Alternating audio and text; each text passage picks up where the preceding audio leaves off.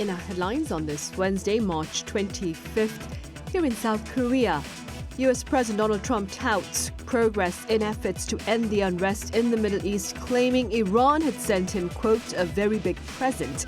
Nevertheless, strikes by American, Israeli and Iranian forces continue across the region. And Qatar Energy invokes a contract clause that effectively ends its liquefied natural gas exports to some customers in Europe and Asia, including South Korea, for the foreseeable future. Meanwhile, Prime Minister Kim Min-seok announces the launch of an emergency economic task force that will meet twice a week to facilitate South Korea's response to the fallout of the unrest in the Middle East. We start with claims of progress in peace talks with Iran as announced by US President Donald Trump, who added that Tehran had sent him a present, bolstering his belief that he was engaging with, quote, the right people. Now, these remarks come amid continued strikes in the Middle East. Our Park Gonu reports. Israeli forces launched a wave of strikes on infrastructure in Tehran from Tuesday night into Wednesday. Iranian state media says the Revolutionary Guards responded with a new round of attacks on targets in Israel, as well as US bases in the region, including Kuwait and Jordan. Drones hit a fuel tank at Kuwait International Airport, causing a fire, while an Iranian missile strike also wounded at least 9 people in central Israel. Iran also said a projectile struck the grounds of its Bushehr nuclear power plant, calling it a renewed attack by the US and Israel.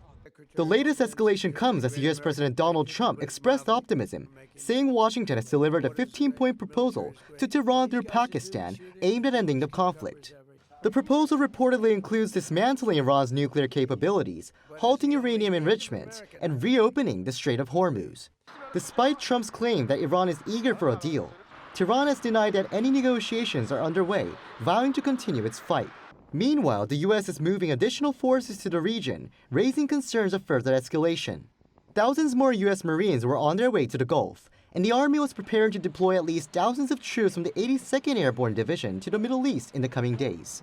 With fighting ongoing and diplomacy uncertain, attention is focused on how and when the conflict might come to an end. Park Gonu, Arirang News. Well, regardless of that uncertainty, the UK is working to lead an international initiative, including South Korea, to reopen the Strait of Hormuz to shipping. Our foreign affairs correspondent Oh Soo-young covers this effort. Britain is pushing to move forward on international efforts to reopen the Strait of Hormuz as concern grows over the prolonged disruption to one of the world's most important oil shipping routes. On Tuesday, The Guardian reported London has offered to host a security conference on reopening the strait. The summit could be held in London or at a naval headquarters in Portsmouth, with the aim of building a broader coalition and enough momentum to open a safe route when the time is right. The defence official cited by the paper made clear the effort under discussion is not for the height of the fighting, but for after major combat has eased. Sitting above the strategic waterway, Iran has effectively closed Hormuz to all but approved vessels, while the United States has pressured its partners to help reopen the strait militarily, which key allies have rejected. NATO Secretary General Mark Rutte has said allies are discussing how best to reopen the strait without announcing any immediate deployment. A UK-led joint statement last week has now expanded to 30 signatory countries, including South Korea, Australia and the United Arab Emirates. The updated British government text says they're ready to support appropriate efforts to ensure safe passage and welcome countries already engaged in preparatory planning. Right now, most countries are trying not to appear as though they'll join U.S. military operations. They're aiming for some kind of arrangement with Iran through negotiations to secure safe passage. So statements like this are just enough to signal that they're not all opposed to the U.S. That seems to be the guiding principle and the limit of most countries' actions. Seoul, for its part, has been sustaining diplomacy. In his call with Iranian Foreign Minister Abbas Araghchi on Monday, South Korean Foreign Minister Cho Hyun called on Tehran to halt attacks on civilians and civilian facilities in Gulf states, and to ensure safe navigation through the Strait of Hormuz.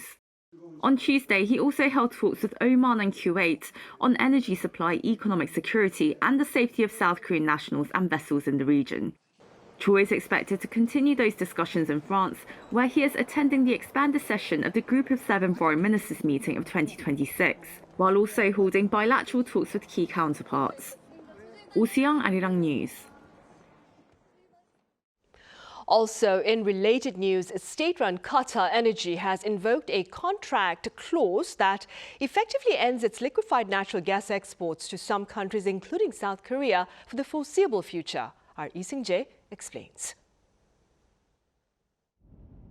Qatari state-owned energy company Qatar Energy has declared force majeure on long-term liquefied natural gas supply contracts with South Korea, China, Italy, and Belgium after missile attacks damaged key energy facilities. Strikes last week targeted installations belonging to the company in Ras Laffan, disrupting operations and affecting approximately 17% of Qatar's exports. The clause allows companies to suspend contractual obligations when unforeseen events make performance impossible. Qatar's energy minister said repairs to the damaged LNG facilities could take 3 to 5 years. With energy supplies already affected by the closure of the Strait of Hormuz, South Korea has moved to strengthen diplomatic coordination with Gulf partners. Foreign Minister Daejeon held phone talks with Oman's Foreign Minister Badr bin Hamad Al Busaidi on Tuesday and requested cooperation in securing alternative supplies of liquefied natural gas and crude oil. During the call, Joe also thanked Oman for its support for the movement of South Korean peacekeeping troops deployed in the region, as well as for its help evacuating South Korean nationals after the outbreak of hostilities at the end of February.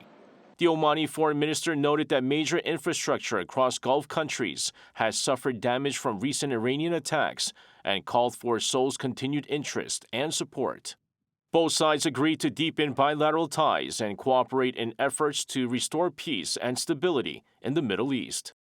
Lee Seung-jae, Arirang News.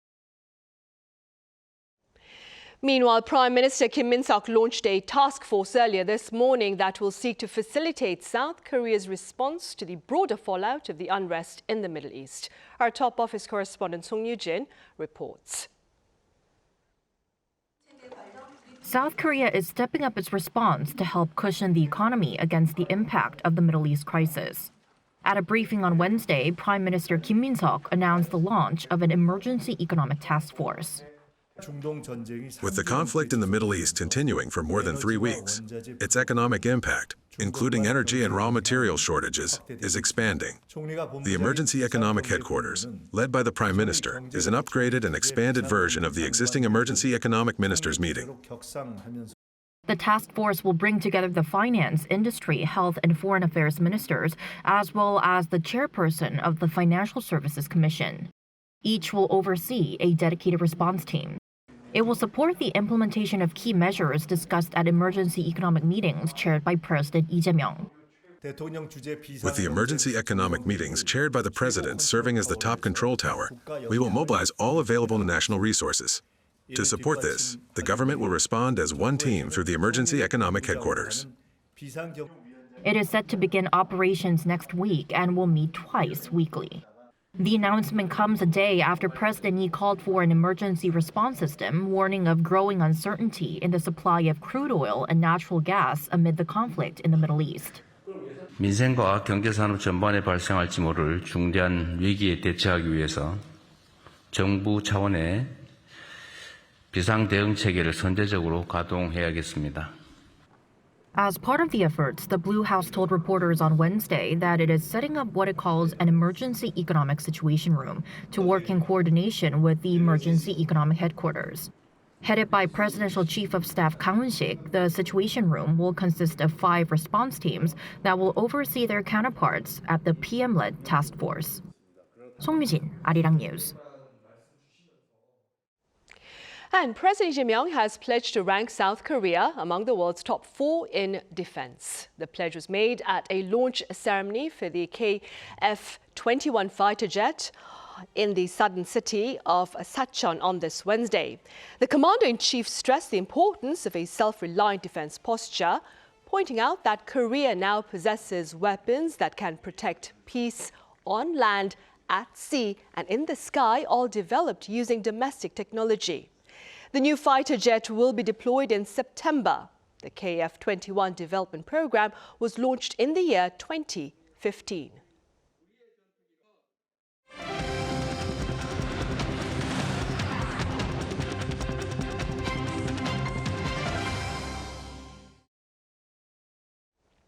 Findings for the month of January show a subtle yet tangible shift in South Korea's demographic portrait, with both the number of newborns and marriages on the rise. Our Kim Do-yeon has the latest numbers. South Korea's demographic landscape saw a bright spot at the start of the year, with births and marriages both posting double-digit growth. According to the Ministry of Data and Statistics on Wednesday, 26,916 babies were born in January 2026. That is an 11.7% jump from a year earlier and the highest volume for any January in 7 years. Following 9 consecutive years of decline since 2016, January births have now recorded double-digit growth for 2 straight years. The total fertility rate, the average number of children a woman is expected to have, near the 1.0 mark, rising by 0.10 on year to 0.99. This increase was primarily driven by women in their 30s. Notably, the proportion of firstborns rose to 63.5%, while the shares of second and third children shrank. However, officials urge caution before calling this a permanent reversal. January is typically a month with an exceptionally high number of births. Over the past decade, January has accounted for roughly 9.7% of the annual total. So while the numbers came out strong with a large on-year increase, whether this trend will continue is another matter. Marriages, a leading indicator for future births, also surged. The country saw 22,640 registered marriages in January, up 12.4% on year. This marks the largest volume for the month since 2018 and the third highest growth rate for a January since 1997. Meanwhile, deaths fell 17.6% to 32,454. The agency attributed this sharp drop to a base effect from last year, when harsh weather conditions caused a spike in fatalities. Consequently, the nation's natural population decline slowed to 5,539. However, major cities like Seoul and Incheon bucked the national trend, recording natural population growth. Kim Do-yeon, Arirang News. Meanwhile, over half of South Korea's top 500 listed companies by revenue posted an on-year rise in operating profit last year. According to data research firm CEO Score, total operating profit for the 254 firms included in its analysis rose almost 24% on year in 2025, reaching a combined 228.27 trillion won. SK hynix posted the largest increase, followed by Samsung Electronics with a combined operating profit of some $61 billion, up over 61%. Now, their gains accounted for almost 79% of the total increase. The remaining 252 firms posted simply around a 7% increase in operating profit. In other news now, streaming service Netflix says its live coverage of BTS's free comeback concert that took place at Gwanghwamun Square this past weekend captured over 18 million viewers. Our Yoon-jin has more. Netflix says 18.4 million people worldwide tuned in to watch BTS comeback live Arirang on Saturday. The figures include people who watched the initial live stream, as well as those who streamed the performance again within the following day. According to Netflix on Tuesday, the show ranked in the weekly top 10 in 80 countries, while reaching the #1 spot in 24 countries, including South Korea, Mexico, Japan, the Philippines, Indonesia, and Bulgaria. Netflix also reported that its concert-related content has reached 2.62 billion global social impressions to date, solely on its official channels, while numerous hashtags linked to BTS and Netflix trended around the world. This was their first time reunited as a full group in nearly 4 years, showing that their influence has only intensified over their hiatus since their last concert in October 2022. The members had left to complete their mandatory military service. The Gwanghwamun Square concert precedes the K-pop megastar's sold-out world tour, set to cover 34 regions from Singapore and Tokyo to Munich and Los Angeles between April 2026 and March 2027. The tour will commence on April 9th in Goyang, South Korea. Netflix also added that their documentary BTS The Return will premiere on March 27th, presenting an unprecedented behind-the-scenes look at RM, Jin, Suga, J-Hope, Jimin, V, and Jungkook regrouped for their latest album release. 이은진, Arirang News. And South Korea's historic Jongmyo Shrine has been selected as the official face of the 48th meeting of the UNESCO World Heritage Committee in Busan this coming July. An official emblem newly unveiled by the Korea Heritage Service earlier on this Wednesday features the grand sweeping tiled roof of Jongmyo's main hall, the country's first heritage site. The design reportedly symbolizes the preservation of 600 years of royal tradition, as well as global connections, peace and cooperation. Korea's city of bread, Daejeon, continues to draw in crowds with special taxis tailored to better cater to bread lovers by maximizing pleasure and minimizing wait times. Our Cho Young-eun was there. The city of Daejeon has turned its downtown bakeries into major tourist attractions, drawing visitors into a unique culinary experience. At the center of this trend is the so-called bread taxi, a unique ride that guides passengers through the city. The bread taxi launched last November and gained popularity among bread enthusiasts as it tours famous bakeries around Daejeon city. 이 택시 운행은 어떻게 시작하시게 된 건가요? I created this service for people who love Daejeon's bread. I hope it becomes a bucket list experience for all bread lovers in Korea, and, if I may be ambitious, for people all around the world. The driver greets passengers at the station with a big smile, accompanied by bread-themed dolls. Passengers receive a welcome kit that includes a guidebook to Daejeon's bakeries, along with tasting plates, utensils, and wet wipes. Visitors are pleasantly surprised by the menu-style guide and foldable tables similar to those on airplanes. The taxi's first stop is a bakery that's famous for its egg tarts. The driver tracks each bakery's opening hours and baking schedules, ensuring passengers can enjoy freshly made pastries without waiting long lines or missing them altogether. 이 집에서 에그 타르트 다음으로 맛있는 게 얘예요. 피자. 피자빵. 요건 나중에 집에 가서 에어프라이어로 데워 먹어도 돼요.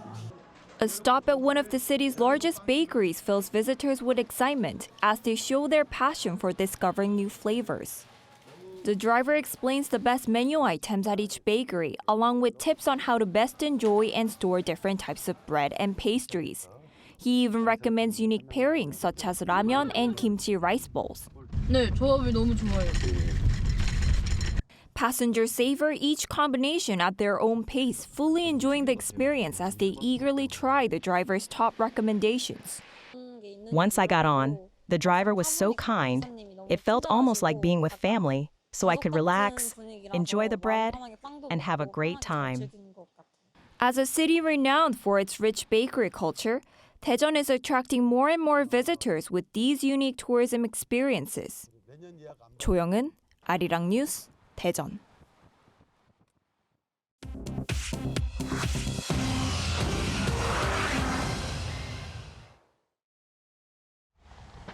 This is The World Now, bringing you everything you need to know from around the globe.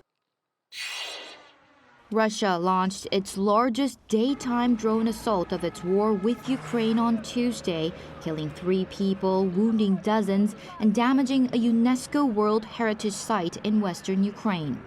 More than 550 drones hit Ukrainian cities in broad daylight, a deliberate break from Russia's usual tactic of nighttime attacks. Combined with an overnight bombardment of missiles and hundreds more drones, Russia sent nearly 1,000 long-range drones into Ukraine in under 24 hours. In the western city of Lviv, closer to Vienna than to the front lines, 22 people were injured and a centuries-old monastery in the city center was damaged. In Ivano-Frankivsk, a drone strike killed a soldier and his daughter. President Zelensky, in his nightly address, called the scale of the attacks proof that Russia has no intention of ending the war. The U.S. Senate confirmed Markwayne Mullin as Secretary of Homeland Security on Tuesday. Mullin, a former MMA fighter and a businessman, replaces the fired Kristi Noem. He signaled during his confirmation hearing that he would scale back some of Noem's more aggressive immigration tactics, including warrantless entries into private homes. Public support for the Trump administration's immigration crackdown has dropped in recent months, and the White House has privately signaled a shift in messaging away from mass deportations and toward targeting criminals.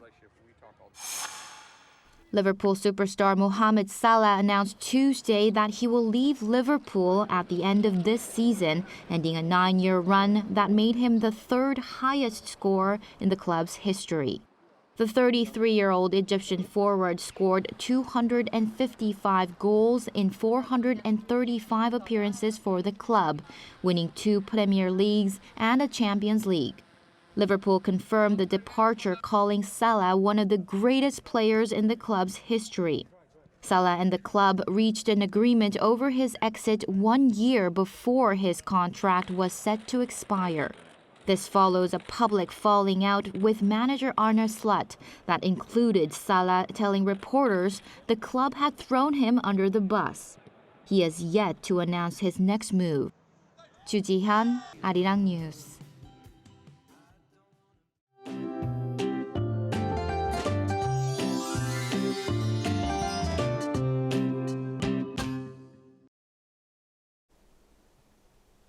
We haven't seen many clear skies this month.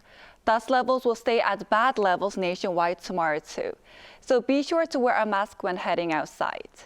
Where there are clear skies, dry weather advisories are in place. Meanwhile, there are wind and wave advisories for waters off Jeju-do Island through late this afternoon, and for the eastern South Sea and Jeju-do Island until this early morning. As for temperatures, Seoul will start the day at 7 degrees Celsius, Daejeon at 5 degrees, Busan at 8 degrees. Then by the afternoon, Seoul will rise to 19 degrees, Chuncheon at 22 degrees, Jeju at 19 degrees. We'll keep this mild and sunny spring weather through this week, with rain expected in the south and Jeju-do next Monday. Now here's a look at the weather around the world.